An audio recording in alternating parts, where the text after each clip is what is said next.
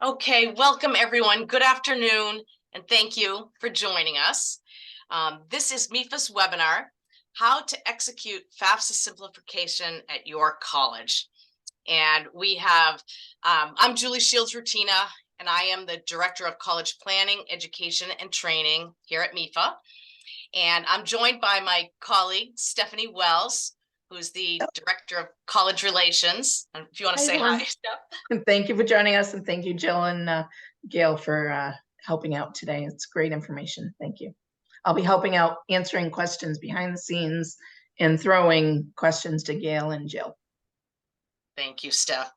And yes, we're so fortunate to have two wonderful presenters today. We have Jill Desjean, who is Senior Policy Analyst at NASFAA, and Gail Holt, who's Dean of Financial Aid at Amherst College.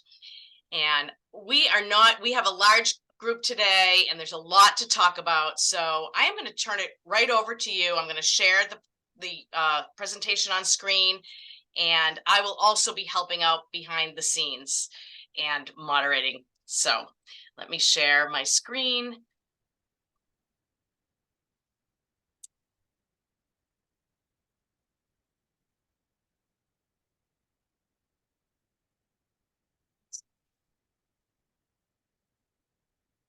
All right, and I guess I will turn it over to you, Jill. Thank you so much, Julie and Stephanie.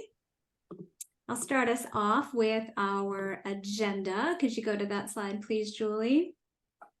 So I guess I'll start things off with maybe a little bit of expectation setting. We are assuming in this webinar, since we are inching closer to full implementation of the FAFSA Simplification Act, we're assuming a basic level of familiarity with the FAFSA Simplification Act. So we won't spend a lot of time going over every little detail. We want to kind of focus on the things that are the most relevant to now. So we'll be talking a lot about the FAFSA and other things that are relevant for the 24-25 year, assuming that the basics are already sort of in your heads. Of course, as questions come up, feel free to ask them. And I'd also like to just share that, of course, there are still a lot of unknowns, things that the Department of Education hasn't even decided. So we don't know them as presenters because the department doesn't know them, or maybe the department knows them, but they haven't shared them with us. So please bear with us if we don't know an answer. I can almost assure you that if you have a question, we have it too, and we've probably already put it out to the department and we're waiting. And the department's just kind of plugging away and making sure that they're ready for December. So with all that said, what we're going to talk about today is just sort of a quick overview of the key provisions of FAFSA simplification. Then we'll talk about the changes to the FAFSA form and experience, and Department of Education and FAFSA simplification resources. And then Gail will speak to us about FAFSA simplification implementation guidance we've received to date, focusing on some of the weedier items that may have escaped your notice earlier. She'll follow that up with a discussion about special and unusual circumstances and preparing others on campus for FAFSA simplification, since this is mainly a financial aid office effort, but certainly does involve many partners on your campuses. And I will wrap things up with some NASFAA resources on FAFSA simplification. Can we go to the 24-25 FAFSA concept slide? There we go, already there. Thank you, Julie. So first up, we have some new concepts in the federal student aid application process. I think it's important to sort of cover those first. So if anyone here was able to attend the Department of Education's demonstration of the online FAFSA this summer, that webinar is recorded if you haven't seen it yet. But you should have been able to see from there, or are able to see there, that the applicant experience is going to be much, much different from the current online experience for completing the FAFSA. So the first and the biggest, I think, is with respect to this new roles-based process. So where there used to be sort of this, one FAFSA that the applicant and the parents or spouse were working from, there are sort of, it's not exactly this isn't exactly what's happening, but it's almost like 3 distinct applications that get all merged together. So everyone has a role. The student, if they're dependent, their parents, if they're independent and married, their spouse. An independent student, of course, they're the only person who has a role. But the process is a roles-based process, which is new. And what the Department of Education envisions is a flow where the applicant starts the process. They go in, they log into the FAFSA, they start answering all of their questions, and then they're inviting their other people to complete their roles. The other people are called contributors. And so if you're a dependent student, again, your parents are a contributor. If you're a married independent student, your spouse may be a contributor. So you invite whoever's relevant, and you're instructed through the FAFSA to identify whose information needs to be on the FAFSA, and an invitation goes out to them by email. They get that email, they accept the invitation, they go in, they complete their piece. And as each contributor completes their piece, it gets all merged together into the student's FAFSA. Once everyone's role is complete, the FAFSA is processed, sent off to the schools, the student list on the FAFSA, and then you get the ICER the way that you would get it now. The other big thing, of course, is that because income information is now going to come from the Internal Revenue Service, instead of being manually entered or transferred via the data retrieval tool like it is now, all these contributors have to give their approval or their consent for the IRS data transfer, right? Your income information is held by the IRS. They take that very seriously and they protect it pretty tightly. We should all be grateful for that as taxpayers. So if they're going to share that outside of the IRS, they need you to say that it's okay. So there's this new concept as well, where you give consent to authorize the IRS to share information with the Department of Education.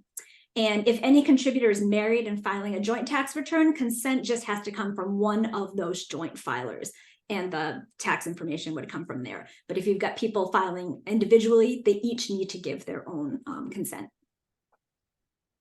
All contributors will be required to have an FSA ID, even those who don't have a social security number, if they want to complete their contributor role online. So paper FAFSA, you don't have to have one, but to complete online, everyone has to have an FSA ID.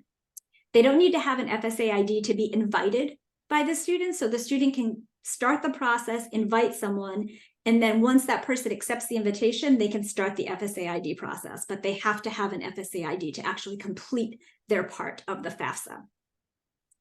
And a question I've heard come up before is what information a student actually needs to have to invite somebody to contribute to their FAFSA. And so what they need to have is the contributor's name, their social security number, their date of birth, and their email address. And if the person does not have a social security number, they can still be invited to be a contributor. There's a checkbox. So they'll say, you know, name, SSN, date of birth, email address. Next to SSN, there'll be a box that says, my contributor doesn't have a social security number. You can check that off and they can still be invited to complete the FAFSA, and they would be able to complete the FAFSA without a social security number.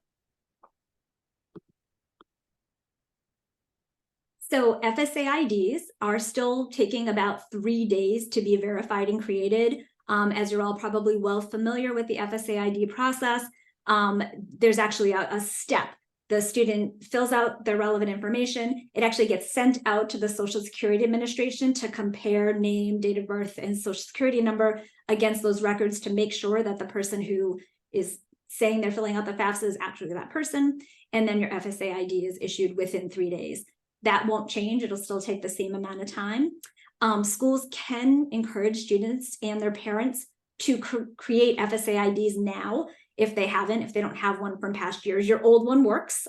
Just because the FAFSA is changing, the FSA ID is not. So you can still use your FSA ID that you created in a prior year. But for new students, new parents, they can create an FSA ID anytime. There will also be a new process for the FSA ID to allow individuals who don't have a social security number to create an FSA ID. That process isn't yet finalized with the Department of Education. So our understanding is that there's that identity verification piece that takes place through the Social Security Administration would take place instead through one of the credit reporting bureaus. The details haven't yet been finalized there. So the department is working on it. They have said the process is expected to be up in time for the release of the online FAFSA in December, but that's all we know for now in terms of people without SSNs getting FSA IDs, but that's new for this year. Previously, you couldn't get an FSA ID if you didn't have a Social Security number. Can we go to the next slide, please?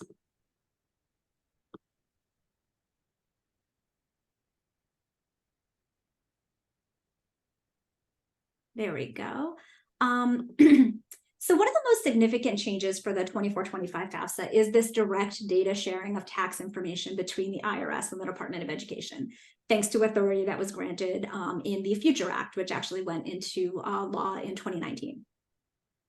So applicants and contributors, as I mentioned before, must consent to have their taxpayer information, their federal taxpayer information, or FTI, sent to the Department of Education by the IRS. Not only does the IRS need to have your permission to share that information, but also the Department of Education is requiring everyone to provide their consent. So that is a really critical component of the new FAFSA. Everyone must say it's okay for the Department of Education to ask for tax information from the IRS. If you don't consent, you are not eligible for federal student aid. If you're a dependent student and your parent doesn't consent, you are not, the dependent student is not eligible for federal student aid. There isn't a way around this consent process. If you do give consent and the Department of Ed for some reason cannot get your information from the IRS, in that case, you can manually enter your income information. So there are going to be situations where, for instance, marital status has changed from the time the prior year tax return was filed and the FAFSA was filed. And so there's a mismatch between the type of tax return that's on record with the IRS and what the FAFSA's marital status says. In those cases, the department's not going to be able to get taxpayer information from the IRS because you might have a situation where parents have divorced and the IRS wouldn't have authorization to be able to get the other parent's joint tax return with the custodial parent. So in those cases, the department will still collect consent, go to the IRS, try to get that information, and when they identify that mismatch, then ask for manual information about income. But there's no way around applicants, their parents, their spouses, anyone who's a required contributor on the FAFSA from giving their consent for the Department of Education to at least try to get income information from the IRS. Then there's this workaround for when they can't get it, for you to be able to provide it in a different way. Next up, you can advance 2 slides, Julie. We'll be talking about the 24-25 FAFSA and resources that the Department of Education has released so far related to FAFSA simplification. So here we are, draft FAFSA. We're still waiting, of course, for the 24-25 online FAFSA, but we have seen now 2 drafts of the paper FAFSA. The department released the first draft back in March, and the second draft was just released last month, and there is a 30-day public comment period on that second draft that is open now. Both the paper FAFSA and the FAFSA submission summary, which replaces the student aid report, are included in this package, as well as the incarcerated applicant form for students enrolled in prison education programs. NASFAA submitted comments back in the summer during that first round of public comments, and several of those are addressed in the second draft that was released last month, which was good news. The department has indicated that they were not able to get all the changes that they plan to implement into this second draft. They were sort of in a race against time between reading all those public comments, getting the second draft updated, and then getting it out there for public comment. And they have things they know that they need to change that are not shown in this second draft. So it's frustrating because, of course, we'd like to see a second draft that is as close as possible to the final that it could be. But it is a little reassuring in that if there is something that's really blatantly wrong that you didn't see changed between the first draft and the second draft, it doesn't necessarily mean that the department isn't working on it. It might just mean that they are literally still working on it, couldn't get it into the second draft. Next slide, please. Oh, we're already there. Thank you. Some notable changes to this second FAFSA draft from the first iteration are some language changes. if you've taken a look at this, you may have noticed that before, when you were talking about, you had sort of a student section, you had a parent section, and then you had what was called other parent. And that was meant for someone else in the student's household who is a parent. So either parents, biological or legal parents, are married to each other, remarried with a parent and a step parent, or student has two legal parents who live together who aren't married. The department changed that from other parent to parent, spouse, or partner. And the rationale behind that was that there were a lot of concerns from the first round of comments that they got that many people confused other parent with non-custodial parent. And we're asking, why is the department now collecting non-custodial parent information when they never did before? They are not. That was not the intention. The law is still very much the same. The student has a custodial parent, and whichever other parent is in that household, their information is on the FAFSA. But non-custodial information is still not collected on the FAFSA. They wanted to eliminate the possibility of confusion, so they changed it from other parent to parent, spouse, or partner to better reflect whose information goes on the FAFSA. It's also possibly prone to confusion. We've heard some concerns from people already saying, well, that's not super clear either. I can't think of something that would be exceptionally clear. This seems a little clearer in my opinion. And we should keep in mind, this is the paper form. This is something that 0.15% of applicants actually fill out. The rest of students, 99% plus, fill out the online FAFSA. The parent wizard will be on the parent FAFSA, which should hopefully guide people a lot better through figuring out whose information goes here. So of course, we want to have the best instructions possible on the paper FAFSA, but we might have to live with the fact that there isn't a great solution for how to identify the other parent whose information needs to be on the FAFSA. The form's also pretty significantly reorganized from the last draft. The department took a good deal of instruction text and actually moved it from the end of the FAFSA in a note section to a more prominent place way up top on the FAFSA. So things like who should complete the FAFSA, whose information should be on the FAFSA, is now in this new section that they've moved up top called completing the FAFSA form. So you sort of get the instructions about whose information goes on the FAFSA before you encounter those questions, as opposed to encountering those questions and then having to refer back to the note section. So hopefully that'll sort of prepare people a little bit better for the questions that are coming, or at least when they see those questions, they'll be like, oh, I just saw that. Let me go back and read those instructions again. I mentioned before that several of NASFAA's suggestions are reflected in this second draft of the FAFSA. Some big ones that we were happy to see in there were some clarifying language around the new student gender and student race and ethnicity questions. The department was clear in those questions that they would not be used in determining eligibility and that they were for research purposes only. We really wanted to see stronger language that assured students that schools wouldn't even see their answers to these questions. We thought that that information was really important so that students knew that there wasn't any possible way for a school to be able to use their answers to those questions to make an admissions decision or a financial aid decision. And the department took that advice and added that language. So we're really happy to see that. The other question that we managed, our suggestions resulted in some changes, had to do with the wording of a question that gets at whether a student is a first-generation college student or not. The original language only asked about whether either parent had attended college, and our understanding from hearing from our members was that many institutions and states have different definitions. There isn't a single definition of our first-generation students. So some base on whether either parent attended college, some base it whether either parent graduated from college. So we got some language changes in there to sort of address every potential scenario where both parents may have attended and not completed, at least one parent may have completed, nobody ever attended or completed. So hopefully, however you define first generation status, you'll be able to get that information from the FAFSA with those language changes.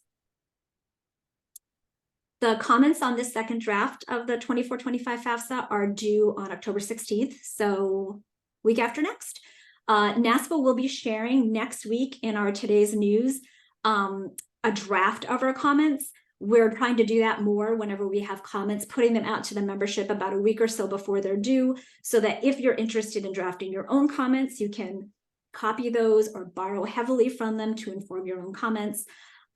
Or also you can read them and give us some feedback and tell us what we missed, so we can make sure that all of our comments are really thorough and cover everything. And we strongly encourage members to either let us know what you'd like to see in our comments or to comment yourselves. And either way, you can send those to our policy mailbox at policy@nasfa.org.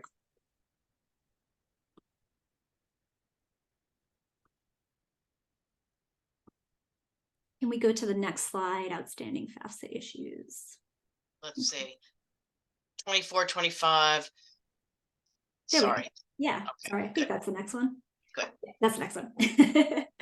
I mentioned at the front, I'll say it again, we continue to have a number of unanswered questions related to the FAFSA for 24-25. The Department of Ed is very much in the process of making this thing. They have not answered every question, and so as they come up from us, we send them over to them. Many of them they already knew about and said, we're working on it. Every once in a while, they say, oh, that's not one we thought of, but thanks for bringing it up. So we're just going to keep doing that. You all know, we've all known for some time the FAFSA would be delayed. No updates there from the December date. The department has said in December. We don't have a range of dates. We don't know if it will be the beginning or the end.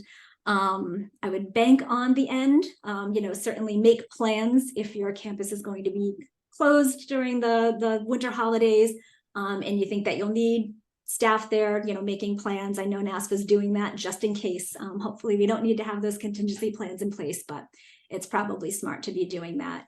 Luckily, we didn't have a government shutdown this week, which could have potentially delayed the release more. So glad we don't have to talk about that today.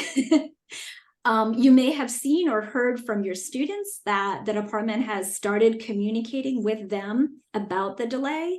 The reason they timed it around now at the beginning of October was in part because they worried that students would on October 1, if they were used to filling out their FAFSA then, go out to the FAFSA website, see the 23-24 application, fill that out again, or fill it out for the first time and think they were done for next year. So they wanted to make sure that students knew you can't get the 24-25 application yet. It's coming out in December.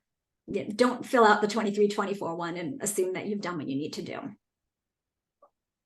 The department also just last week released a 24-25 FAFSA prototype website. So hopefully you saw that. We announced it in our today's newsletter one day this week. The only place I saw it announced from the Department of Ed was actually on the FSA Tech listserv. So some of you may have missed it if you're not there. This is somewhere in between a demo site and a static thing. A little better than something static, little worse than an actual demo. They've been very clear that it is not a demonstration site. So, I think it's important to sort of set your expectations. I've gone and played around in it, and I think it's actually pretty nice to use. And I think it does accurately sort of simulate the online FAFSA experience, especially if you're going to be helping people to fill out the FAFSA, to be able to click through and just see what choosing different options, what path that takes you down. As I mentioned, this isn't the demo. The demo is what we saw this summer in the Department of Education's webinar. That was the way they described it to us. That was a copy of their production coding. So that was actually what they're working in right now. This is different. They referred to this as fully decoupled from the demo. So they just sort of made a separate product that is mimicking the online experience, but it's not meant to be robust. So it may not have all the help texts that you want to see, the drop-down options for college choices and I think high school choice options. They're not all there. They didn't bother to put that all in here because it's not a copy of what they're working on. They just wanted to make a quick sort of replica of what they're working on.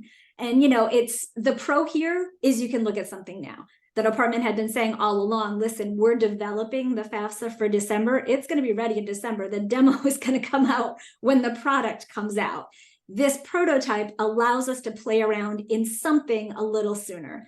The con to that is that it might be a little buggier. And I say all this just because, and I think the department did a good job when they rolled this out too, of saying it.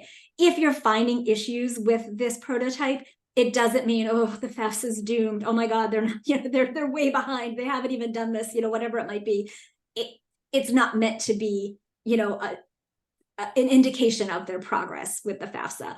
And I think that they don't want to hear us reporting like, oh, hey, I think you got this wrong. And certainly if you're finding language that doesn't match up, that makes sense. But, you know, if you can't pull down every possible Title IV eligible school, that was on purpose. Hi, Jill, I just wanted to make sure that I showed the right slide. I feel like I maybe was a little behind. Yeah, oh, I'm sorry. I'm still on outstanding FAFSA issues. So we're, yep. 10, slide 10. Yes, sorry, 10. Yep, sorry, I got ahead and that's why, and then I apologize for that. Okay, so this is where you can see the estimator and everything that was Jill was just talking about. Thank you. I'll keep up. No, all good. Yeah, it's sadly the outstanding FAFSA issues list is a long one. Right. I've yet to move on. Yes. And wait, there's more. So on the FAFSA estimator, slight correction. This is an older slide. It was live. It is now not. It's been taken down. This will be a calculator where students can enter information about their household, their income, and their assets, and get an estimate of their SAI, as well as an estimate of their Pell Grant eligibility, direct loan eligibility, and work study eligibility. The Department of Education found some calculation errors. Gail, I think you found some before the department did. So I'm sure some of you on this also found some. So they intelligently took it down and they are working to fix it. And also, Jill, just to highlight, for those of you who are looking for a more direct link to the prototype, it is in the question and answer. There's a question about it, and I threw the link in there. So you can get there if you want to get that now. I appreciate that. Yeah, this slide was old and I all my notes say it's coming. It's here. Okay, Julie, I am ready. I'm done with outstanding issues. Let's move on to things that happened. Just switching gears a little bit. I don't want to take too much more time because I know Gail has a lot of good stuff to share. Just, you know, the resources you've typically relied on from the department, like the ICER guide, technical references, comment codes, system specifications, those all used to be their own individual documents. And the department has combined those all into a single document called the FAFSA Specifications Guide. So it's been out for a while. Most of you have probably seen it. I know we all get used to looking for things in certain places. So I'll frequently just be like Googling ICER guide, you know, and you can get it that way. But, you know, just to tuck that in your brains, like they've actually kind of, it's a good thing. I think we'll all get used to it and it'll be great to have everything in one place. But it's there's a lot up there. You can see, I won't go through everything, but that's a list of just some of the resources that are up already. It's getting updated pretty regularly and has a lot of the resources that you're used to finding as like standalone documents. On the next slide, this is about the draft SAI guide. Separate guide also on the Department of Education's FAFSA Simplification information website. This has been developed to replace the EFC formula guide. So this is where you're going to find your hand calculation worksheets if you want to hand calc an SAI just for fun, all the tables for calculating the allowances and all the stuff you need for a hand calc. There's also a crosswalk from EFC to SAI, so you can see how terms have changed and how they, you know, what applied to EFC and what's it now called in referring to the SAI. How automatic maximum and minimum Pell Grant eligibility is determined, and the proration of Pell Grant eligibility, which has changed. It's a lot to get into, so we won't get into it today, but that's where you can find out how to prorate Pell Grants for less than full-time enrollment.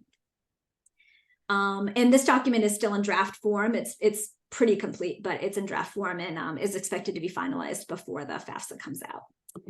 And then last for me, I just wanted to point out that the 24-25 guidance for FAFSA simplification. So you might remember from last year in the fall, they released this sort of comprehensive document of all of the provisions of the FAFSA Simplification Act that were becoming effective for 23-24. They did the same thing for 24-25. It's in this Dear Colleague letter, Gen 2311, which came out in August. And the reason I'm kind of highlighting it and the reason I put links in here is because there's the DCL itself, which has some information. And then there's an attached Q&A, which is actually like a little hard to find in the Dear Colleague letter.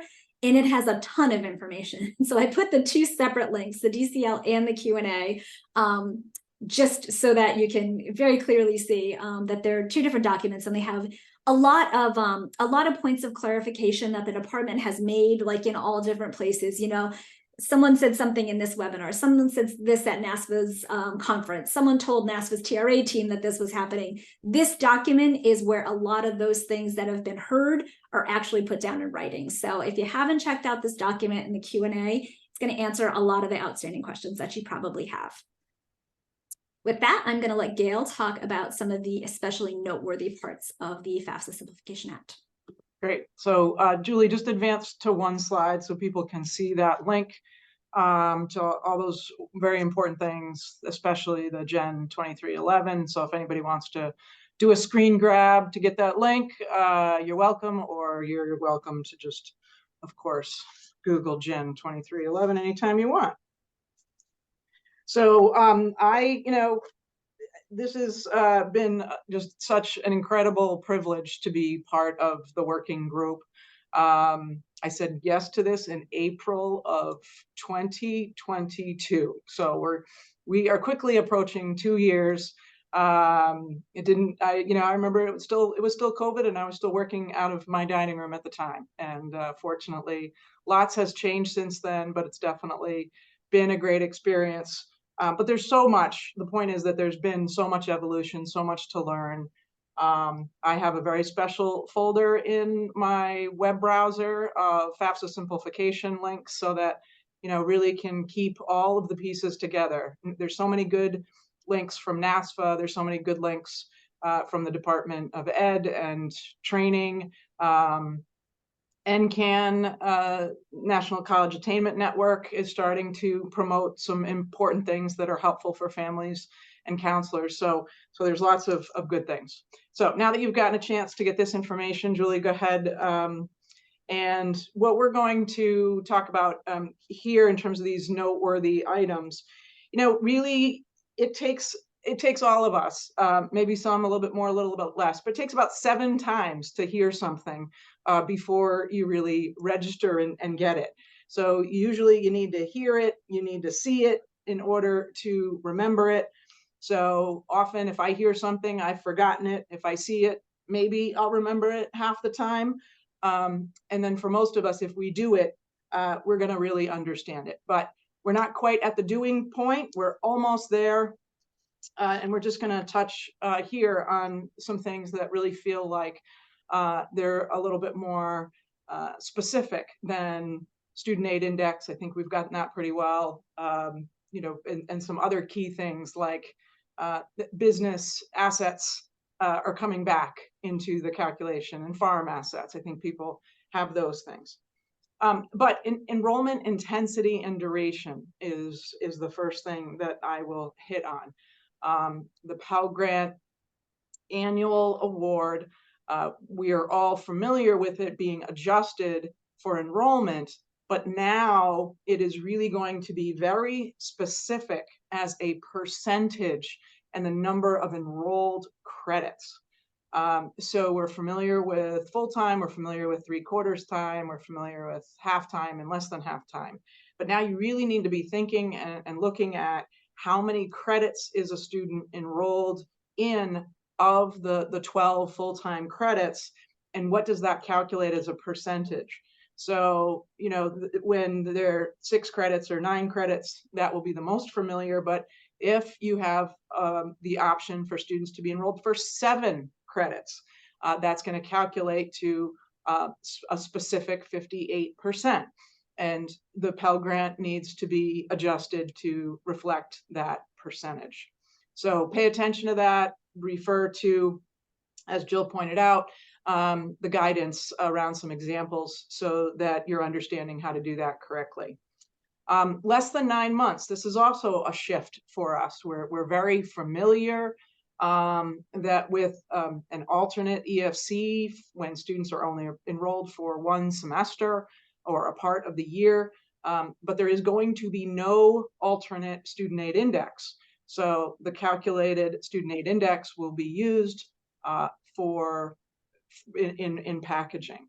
So of course, the minimum and the maximum Pell Grants are going to be applied, but in other situations, It could be that periods other than a standard 9-month enrollment, the cost of attendance will be for that specific period, but the full calculated SAI will be factored to determine eligibility for the funds. All right, let's move on to the next change, family size. So family size, you can start looking at your publications and your websites, but that's really replacing the term household size on the FAFSA. And family size is going to be there to represent and capture the IRS definition of the number of family members and specifically dependents in the applicant's household. So the guidance and suggestion is to start stepping away from the term exemptions. Exemptions aren't represented in our current tax filing system. So really those individuals in the household that receive more than 50% of support and will continue to receive that support for the aid year, in this case 24-25, are those that will be included in the family size. And then because it is specific to the tax filing definitions, this is where there's also a variation in the fewer cases of unborn children at the time of filing are not to be included. So certainly if there are changes, so if there's changes from the tax return that was filed, then you can update the family size when you are reporting it, because on the FAFSA you will be reporting, families will be reporting the family size as of the date that they are submitting the application. So even though it's not, if it is not representative of the tax return for 2022, they can update that information. All right, next. Just going to emphasize again, the contributor piece. There's a lot to digest and hear, I think, in multiple ways as it relates to parent contributors and that changing and evolving term and concept. But contributing parents are those who provide the majority of financial support in the previous 12 months. So not the base tax year, but the previous 12 months. There was a question about the Parent Wizard. The Parent Wizard is a tool that Ed is providing to help walk student applicants through the process of determining which parent will be reporting information on the FAFSA. So there are sort of sequencing there.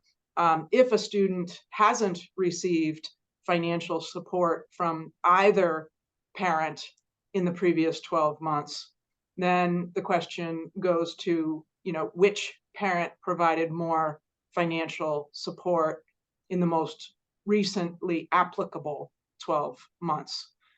So that may apply to our returning continuing students. And then if that level of discernment can't be answered, sort of the tiebreaker of sorts is that the parent who has the greater income or assets will be the parent that will be supplying information on the FAFSA, along with, of course, their current spouse, as remains the case. There has been a lot of question about how child support is factored into the determination of the reporting parent. And the Department of Education has finalized and reported that child support will be attributable to the parent that paid it. So this really is only going to be applicable if the student's financial support is coming from the majority of that support is coming from child support, then it will be that parent that paid the child support that will need to be the contributor and the reporting parent on that form. I'm sure that will be nice and confusing. What I have told, my staff is that we are going to do everything possible not to be the arbiters of, that parent information, and we're going to do the best to provide the guidance and then take what families provide to us, unless there's just significant conflicting information. That just doesn't make sense. All right, Jill, also covered consent, but it's always, again, good to emphasize that consent will be required whether or not there's actually a link to the IRS for the purposes of the direct data transfer, or they're manually entering the income, because that consent is required because of the laws that are linked to the IRS and the control of unclassified controlled information. So the use and access and attempt for access is very highly controlled, and that consent gives approval to just attempt to obtain that information. It does not require any obligation to contribute.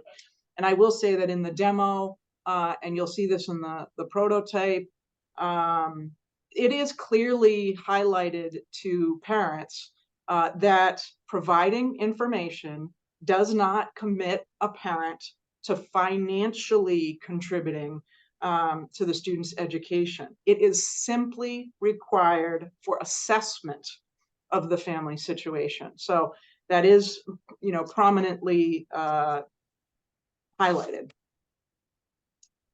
All right, next slide. Reporting assets is also another place where there's going to be differentiation. Hopefully everybody caught that there's a very significant change in the education savings accounts that will only be counted and reported as a parent asset if the account is designated for the student. So basically, other dependents accounts that are designated for other dependents will not be counted and included. This will get a little confusing if applicants are also completing the profile, because that does not carry over to the institutional methodology in the profile questions. So our former knowledge of the simple needs test and the auto zero, those concepts as they have been in the past are now eliminated. But that doesn't mean that some applicants will still be exempt from reporting assets. It's just that it's going to look a little bit different. So receiving a benefit from means tested federal benefit programs is still part of that. Guidance is being sought to clarify free and reduced price lunch eligibility, because there are some instances where that eligibility is quite broad. But generally speaking, individuals who will be exempt from reporting assets is targeted toward parent applicants that have an AGI of less than $60,000, which is higher than what the simple needs test has been in the past, and of course the auto zero, so that's great.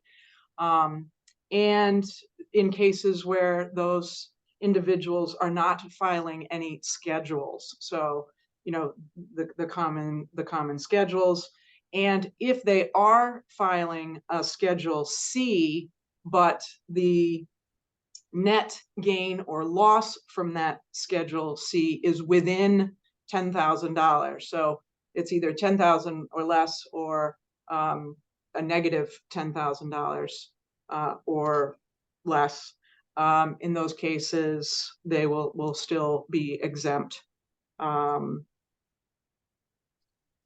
filing from reporting assets.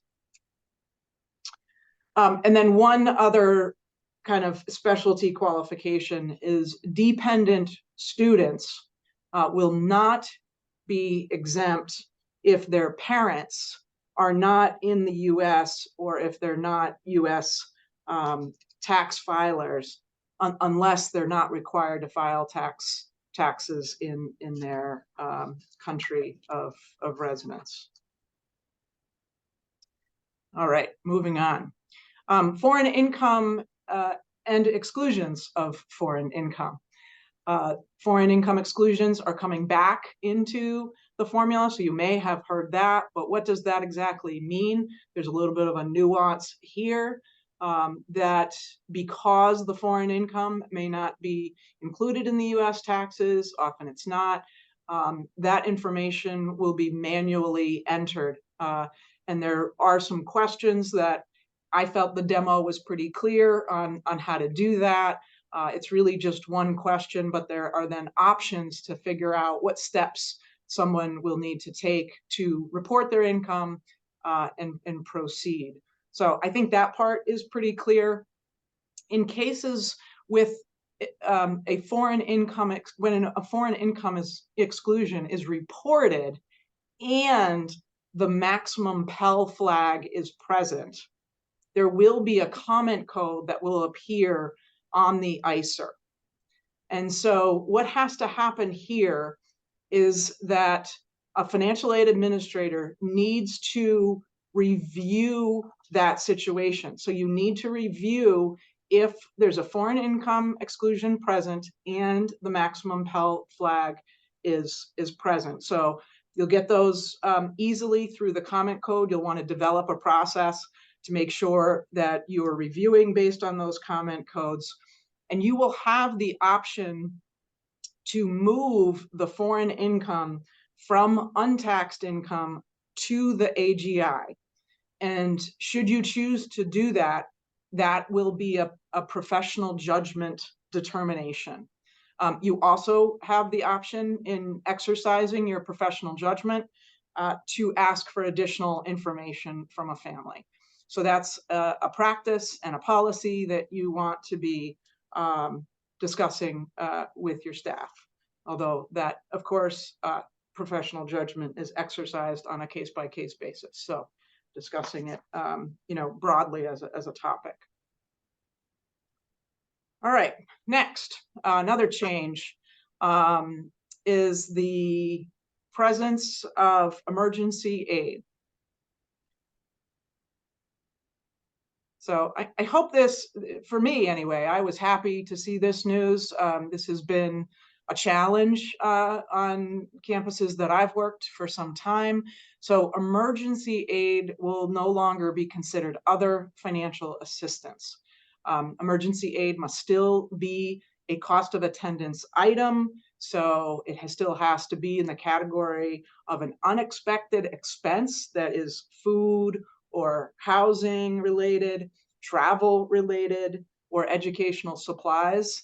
At my institution, we have an emergency aid application program, and students can request help, and what they're requesting help with.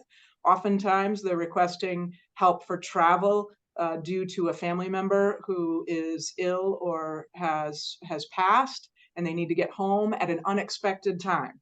So if they need to travel during our sort of 2 standard periods of travel that we've budgeted for, that's not approved. But if they need to travel during other times, then we will use emergency aid for that case. We've also had students who need emergency funding for unexpected replacement of a damaged phone or a computer or repair of a computer. And so we're able to do that. It's probably advisable to be careful in how this information is shared, because this is not a way really for other areas of the college to try to get around reporting forms of support from the institution. So just follow this guidance and you can easily direct people who push that envelope a little bit back to the guidance. All right, next is income earned from work. This one, it took my brain a little bit of time to figure out. But we, and I think doing the hand calcs is always a good idea. But we're familiar with families reporting parent 1 income and parent 2 income, and then calculating the Social Security tax at the 7.65%. That probably sounds very familiar to you. Now it is, going to be calculated slightly differently in 2 steps. And I do think it's helpful for you to do a hand calc so that you can see it. Again, you can refer back to, as a resource, if you want to see it or review it with your staff, the Student Aid Index training that was held, the Part 1 training that was held on June 22nd. So if you go into the Department of Education recorded trainings, that's where you'll find it. But basically what is happening is that at the lower income levels, you're going to get to the same result at the end in terms of the allowance. But at the higher incomes, there's going to be a higher allowance based on how the formula works. You're combining the parents' income in the new world here, and you're factoring the percentage against of the income slightly differently. So definitely, definitely take a look at that so that you can digest how this will be different for your families. But overall, income protection allowance is higher. This is another place where the allowance is higher, and this is how the calculation of student aid index is largely helpful for families in terms of their eligibility for financial aid. All right, we're going to take a little bit of a stop, an exit, a pause to review special and unusual circumstances. As I say, the road to 24-25 must go through 23-24. I got a chuckle in sharing with Jill that I'm struggling to keep up with 24-25 because I'm still trying to get through 23-24. And Jill, in a moment of bliss, is able to say that she hasn't thought about 23-24 she actually, I think, used the word years. So it just shows we're glad that Jill is in much deeper than all of us, and that's why these training sessions are so important. But let's hit on 23-24 for one quick exit. Really making sure that you have details, you have requirements, and you have timeline on your website about the difference between special and unusual circumstances, because you really need to highlight for students the difference. Special circumstances are really what we all know as appeals, request for reconsideration, but it's good to promote this very specific language so that students have information and specificity about what kinds of things they can request be reviewed in terms of special circumstances. Unusual circumstances is what we all colloquially know as dependency overrides, where there's not access to parent information. And I think that being very clear on your website about what is a federal definition of an unusual circumstance, how a student goes about requesting that unusual determination, and what is the timeline. There are federal guidelines about how responsive you need to be to students regarding a final determination and providing students with a final determination of their dependency status as soon as practicable.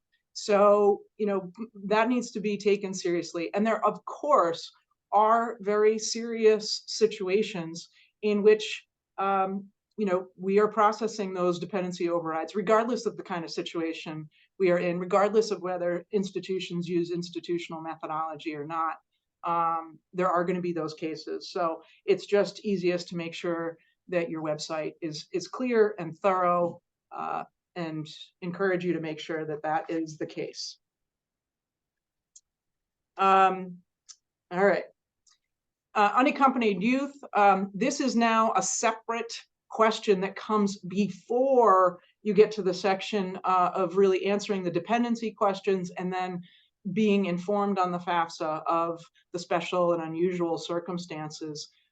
So, this is something that is, strengthened, and you want to be familiar with the definitions of a student who is not in physical custody of a parent and guardian, as unaccompanied, or is lacking, is homeless, and or at risk of homelessness, and lacking, regular and fixed and adequate nighttime residence, or a student is paying, their own living expenses. There's a lot of detail in the regulation and the guidance about the eligible authorities, and in the absence of an eligible authority, a financial aid administrator can receive a written statement and can conduct that interview. I will also just highlight that there's a fantastic resource in terms of Ask Regs about this. And so if this is something that you'd like to learn more about, definitely check out the Ask Regs questions. But being in contact with the parent is not required. The absence of being in contact with the parent is not a criteria for being determined as an unaccompanied youth. I think if I said that right. Being in contact, let me say it the other way too. Being in contact with the parent does not disqualify a determination of unaccompanied youth. So, and if you have a determination already from an eligible authority, you must accept it, certainly for the federal purposes. Okay, I think we can keep moving on. I am paying attention to the time. I want to make sure that people have time for questions, which are definitely out there. If you haven't already, now is a great time, right before we start really diving into all the applications, to really make sure that you're sharing all of this information with a variety of places on campus. So you may have already shared this with your admission staff and team. It's probably worth a round two as they start to be off campus and talk with applicants and get new questions. But institutional research, they need to be thinking about what are the points of intersectionality with data and how this might affect them. You don't need to be the person who thinks of every single thing on campus about the ways that FAFSA simplification is going to change people's worlds. What you need to do is talk about it. The more you talk about it, the more there are, the resource sharing of brains will start to generate questions, and light bulbs will go on for people about, oh, wow, this is going to, impact this point of data, or we need to strategize on how we're communicating with students. Or I have this little section of my website in a specialty services office where I talk about the financial aid process or links to information about FAFSA. So you want as many people as possible to not only understand the concepts loosely of what's coming down the road. They don't need to know how an SAI is calculated, but they do need to understand that there are some broad differences. They also really need to understand the important responsibility that we have to protect federal tax information and how we must handle controlled unclassified information, because that is defined by law. So, just cut it off at the pass. People often will come to us with all kinds of questions and requests for data. And this is your opportunity to really preempt some of that. So get out, offer to come to a staff meeting and share that information. All right, there's tons of information and resources to help you And I'm not going to go into these details. I think, Jill may be touching on them, but I am proud of the partnership with NASFAA and the collaboration that the working group has come up with in terms of ideas and suggestions. And I'm proud that NASFAA has gotten, outside grants to really be able to have the resources necessary to build things that are going to be helpful for you, whether it's an implementation checklist, whether it's PowerPoint templates that you can use to start these conversations with your campus partners. And even better, we have a community sharing section on the FAFSA simplification area that is specific things that members have done. And so it's great for us to use our collective brain power in that regard. So let me turn it back to Jill to close with more of those resources.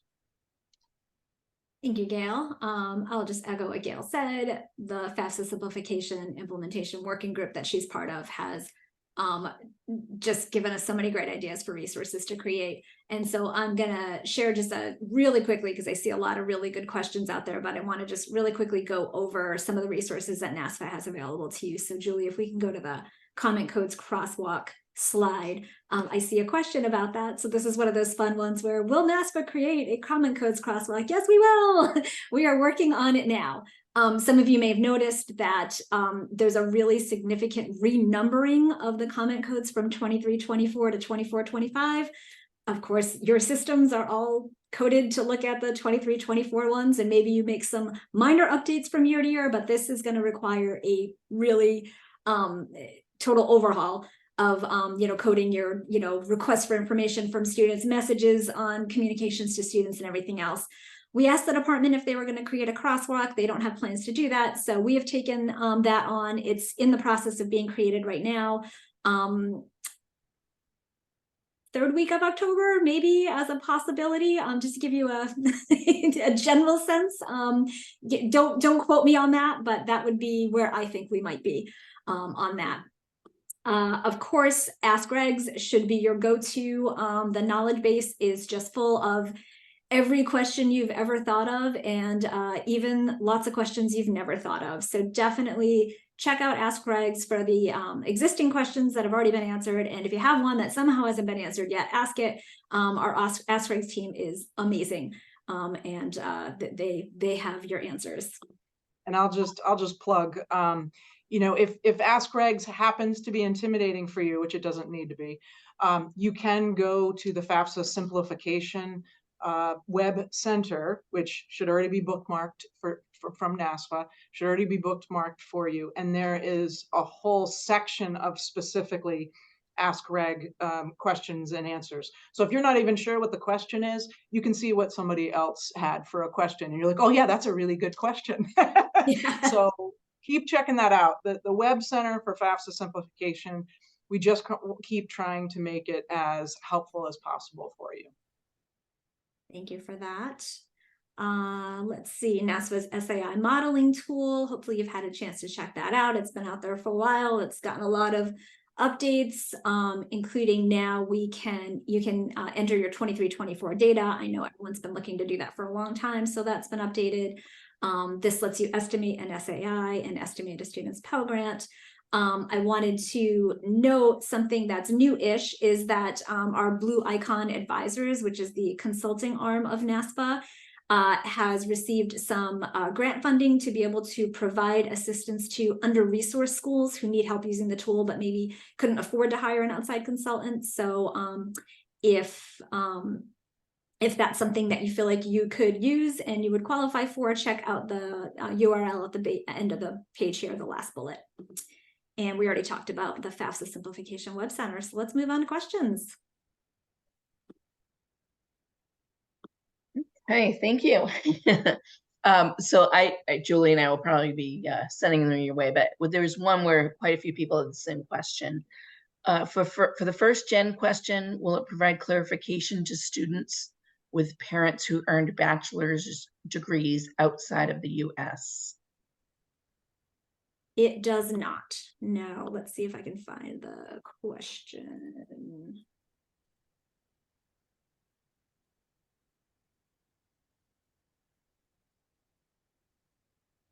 And then Julie, do you want to batch together all the SSN questions? We had a bunch Sure. that were very similar.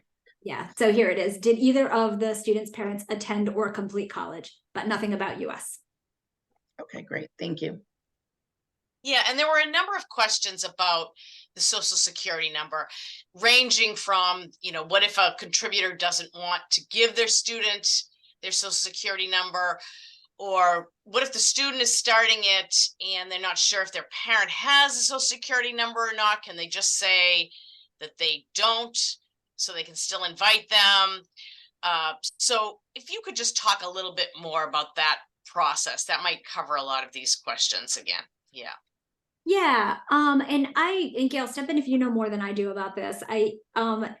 My understanding of the flow is that with the student starting, that's only like the department's sort of like ideal scenario where the student starts and they invite contributors.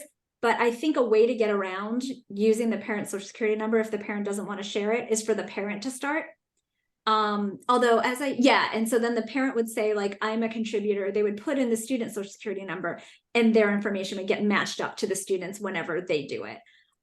So I see Gail nodding, so I think she agrees that that is probably a way to get around that, because that's understandable. I think, well, another way would be, of course, sit with your student and you type that in, but I obviously understand, like, families are, if your kid is already in college right now, they're maybe not home, or even if they aren't in college, they might not be home. So you might not always have the opportunity to sit next to them. But that might be one way to get around it. Yeah, I'm not sure I would recommend, I don't know exactly what would happen, but I'm not sure I would recommend saying that there isn't a social security number if in fact there is, because I don't know where that information would go and where that could hang up something else.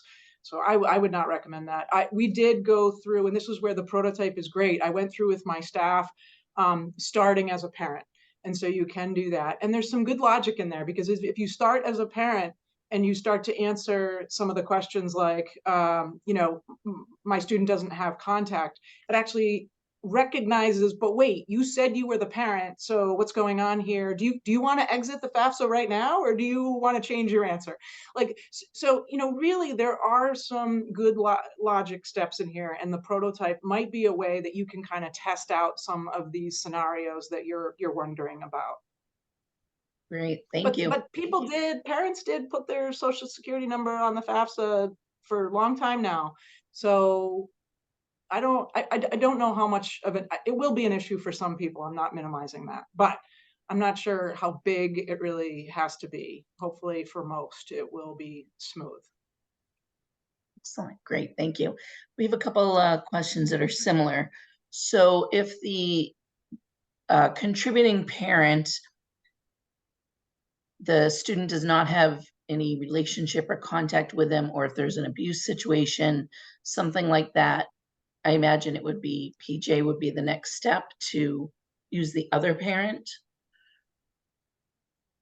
It wouldn't be the other parent. It would be PJ to do a dependency override.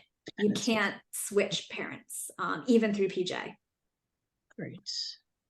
And that's also, since you just mentioned abuse, Stephanie, I mean, that's one of the reasons that the homeless question is, and the criteria for that is not about contact, because if a student is essentially fleeing abuse, then maybe they have had contact, but that's where, knowing the circumstances is not the criteria. It's about, are they qualifying as homeless or at risk of homeless based on the definitions. And so understanding those definitions is important.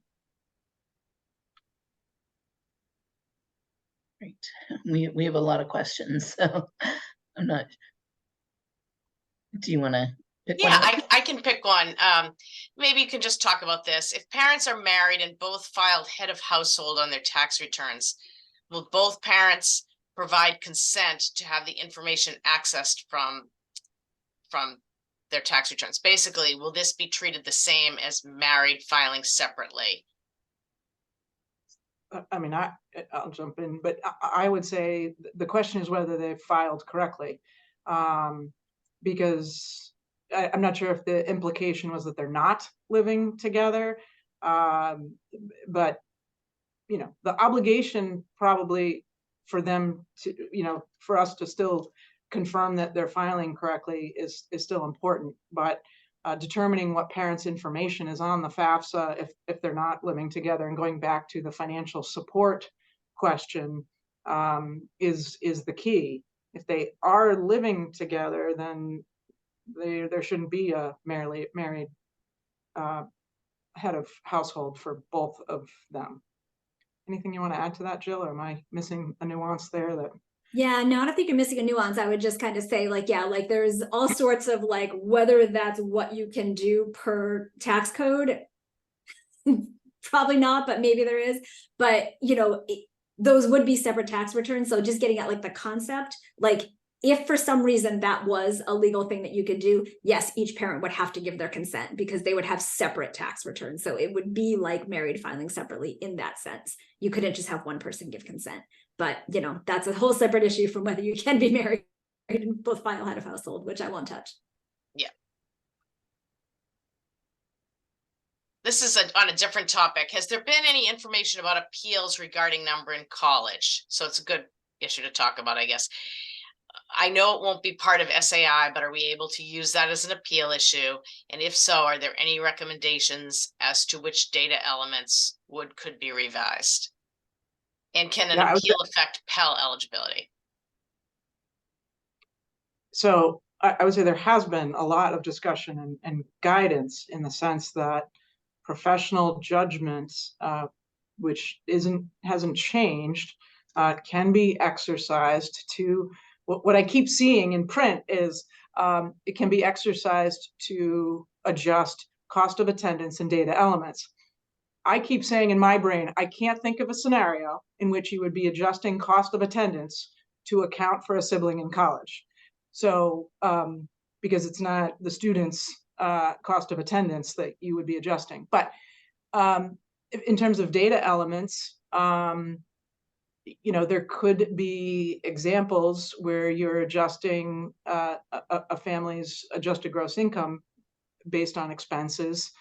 If you have done that for other kinds of expenses, then you are familiar with the professional judgment exercised to adjust a family's income based on expenses they have, whether they're medical expenses or, college expenses. So it's those kinds of things, I think, really going back to what are your existing practices and policies in your office about things that you have already done, and don't get so hung up on just the number in college concept. Go back to the principle of what is the expense, what documentation do you collect to document an expense of paid, items, who paid it, how it was paid, and then what do you do in those cases? So I think the guidance is balanced in, you're not going to be told specifically what to do. Because it's professional judgment, and the latitude for professional judgment rests with the financial aid administrator. Thank you. Steph, I don't know if you have one you want to ask, and we can take turns. Well, there was a couple regarding Pell, so I think we can lump those together. One was, should the school worry about more than 12 credits if 12 is full-time for them? What if they're taking 15 or 18? Is there any change to the Pell amount? Right, And you then, can't get more than 100% Pell. So like 15 credits would be like 12 credits, 18 credits would be like 12 credits, just full-time. You can get more than 100% of Pell for like, year-round Pell, but that's a separate thing, separate from proration for enrollment intensity. okay, and then another Pell related question. If the student's enrolled full-time but doesn't have any credits yet, such as for study abroad, what is the number used for Pell enrollment intensity? I don't know that the departments address that. I'm not sure. I don't think I understand the question fully, because the question was about study away or studying abroad. I mean, wouldn't there still be a credit determination with that? The students registered for classes, so maybe there's something more specific that someone can put more detail in an Ask Regs question if they want further guidance on that. Okay. That's great. And I have a question about verification. With contributors and direct sharing, will we still be taking signed federal 1040s or tax return transcripts for verification purposes? Yes, transcripts. The department put out their, when did they come out with that? The verification stuff? Last month, yeah. Each Yes. year they do the federal, the FAFSA information to be verified for the next award year. So they put that out. I can drop a link in the chat on that. So that's Gen 23-12, and it came out on September 19th. And thanks for putting that link there. But I mean, I think the idea is that with the direct data transfer, there will be far, far, far, far fewer tax returns that are going to be submitted that need to be signed. But direct data transfer will not eliminate the need for manually providing income information. And there will be some instances in which the direct data transfer can't be submitted.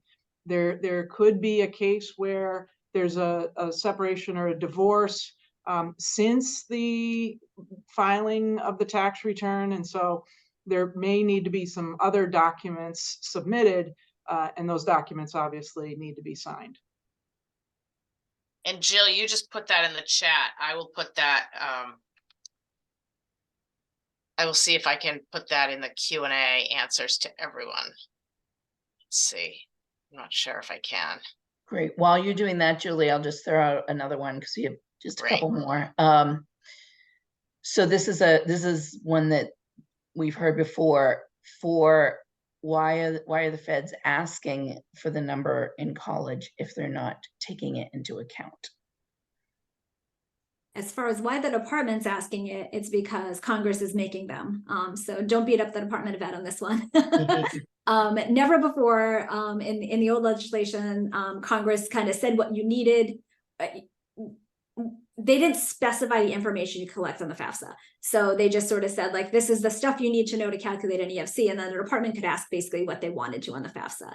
Now in the FAFSA Simplification Act, Congress says you can ask this question, this question, this question, and you have to ask, the department has to ask those questions and they can't ask anything else. So that's why we lost things like the housing question, because Congress didn't say they could ask. That's why we still have number in college.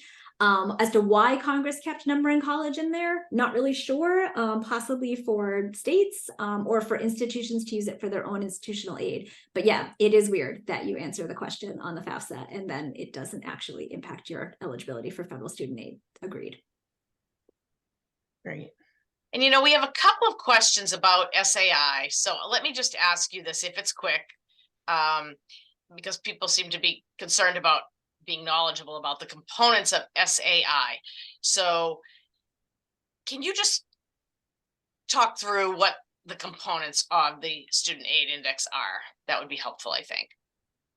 Yeah, so if you're familiar with the EFC formula, the SAI formula is not that different. There are a lot of small changes, but as far as like the broad concept, right, you kind of like say it's a dependent student, right? You start with the parents and you have a section for their income.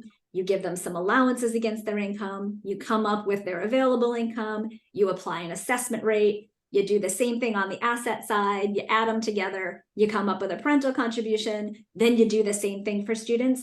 That, like the process, the structure of the formula is very much the same, just without that last step of dividing by the number of kids in college. There are things in the formula that are different. So like the way payroll tax is calculated is a little different. There is no longer an allowance for state and other taxes paid. The income protection allowances are higher. So there's a lot of like little tweaks to the formula, but like to think of the SAI formula as being something entirely different from the EFC formula, if you know how to calculate an EFC, you will know how to calculate an SAI using the SAI hand calcs and that the SAI and Pell eligibility guide. It's not going to be like you won't be starting from scratch.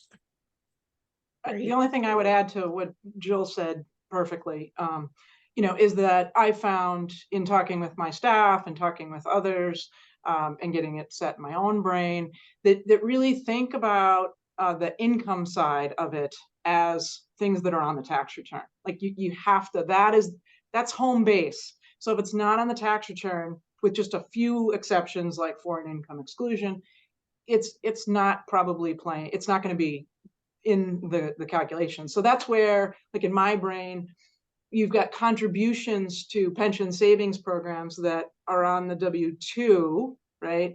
Like that was there, that's gone. But if you contributed to an SEP, that is on the tax return, so that's there. So it blows my brain, but you just orient back to the tax return.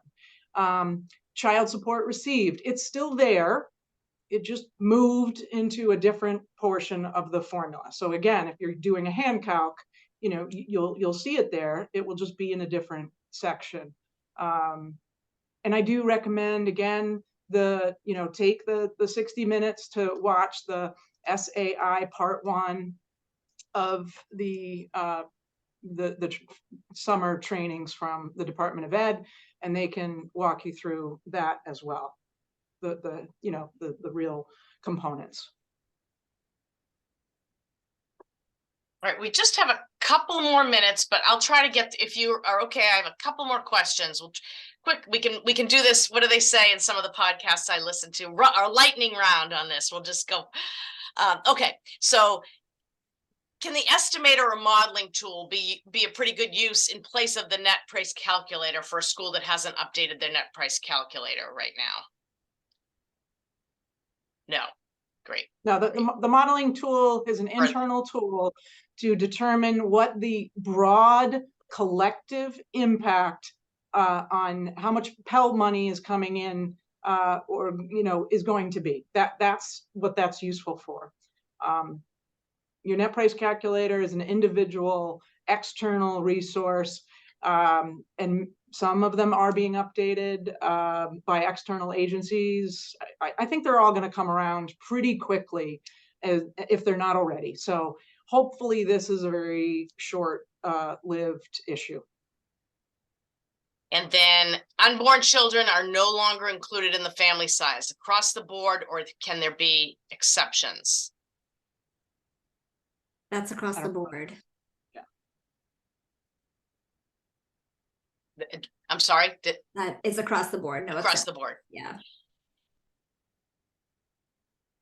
Will the department ever allow us to enter the FAFSAs manually again for the second chance Pell students versus them having to submit a paper form? I doubt it because of the consent. You used to be able to fill out a FAFSA for a student because you weren't certifying anything for them, but with the consent process, I think the student has to do it for the IRS to share data with the department, that consent piece. I think there was was I think this addresses something. Oh, go ahead. Well, I think there was a question about the paper FAFSA. Mm-hmm. And Jill, just keep me honest. There is still technically the paper FAFSA. A contributor and a student can complete the paper FAFSA. They just still have to provide the consent. The part that has gone away is another individual, a financial aid administrator, or another third party being able to complete the FAFSA. Right, on someone's behalf, because you can't give consent for somebody else.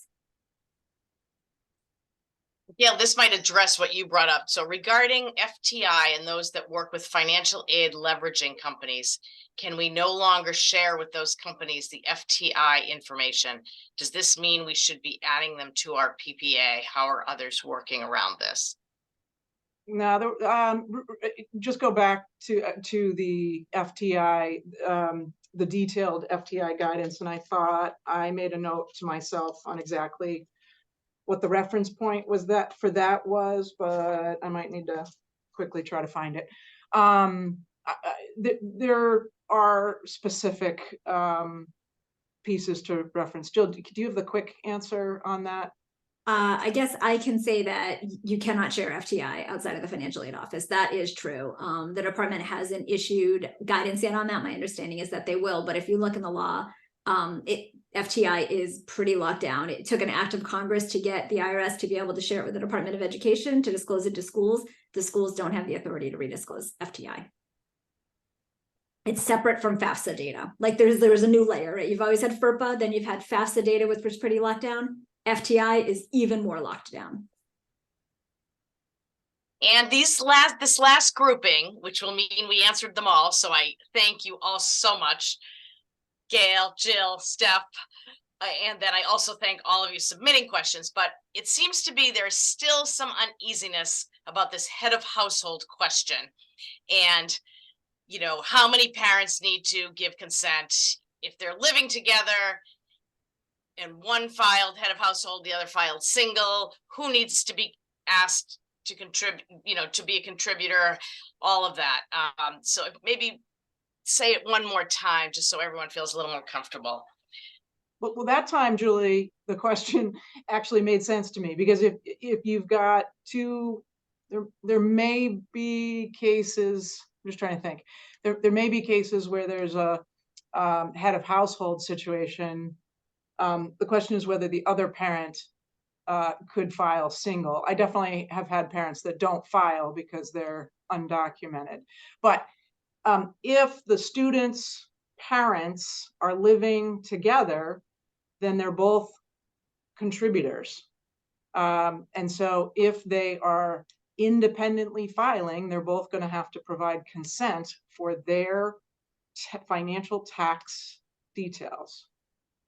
Yeah, I guess the way to go around it is sort of like who are contributors, right? Go through the, you know, the parent wizard, whose info needs to be there. And then as far as consent, are those people, or that, you know, say those people who need to be contributors, is their name on the same tax return? If yes, one consent. If no, two consents. So, you know, if they're both filing, you know, even if they're filing married, filing separately, head of household, if they both decide to file a single, which I'm sure you can't do, you know, whatever they're doing that may or may not comply with the tax law, basically from the consent point of view, if both your names are on a tax return, only one of you has to give consent. If you each have your own tax return, you each have to consent to your own tax return. That's probably the easiest way to figure it out. And the department, you know, the IRS and the department are going to worry about like when they can't match it up and when it has to be manual. Like people don't have to worry about that. They just give their consent because they have to. And then the department comes back to them and says, hey, you actually need to enter this manually. You don't have to figure that out. That's so clear. We are at 2:30. Right on the dot. We did record, so we'll share with these slides to everybody who registered. Just want to throw that out there one more time for folks who are asking. So thank you so much. And we'll just also say, please stay connected. We will continue to have additional meetings like this as everything evolves throughout the year. So thank you so much for bringing your questions, and really, Gail, Jill, I know Steph and I are so appreciative of you sharing your expertise. So thank you. Thank you. Bye, Have a great everyone. day, everybody. Bye.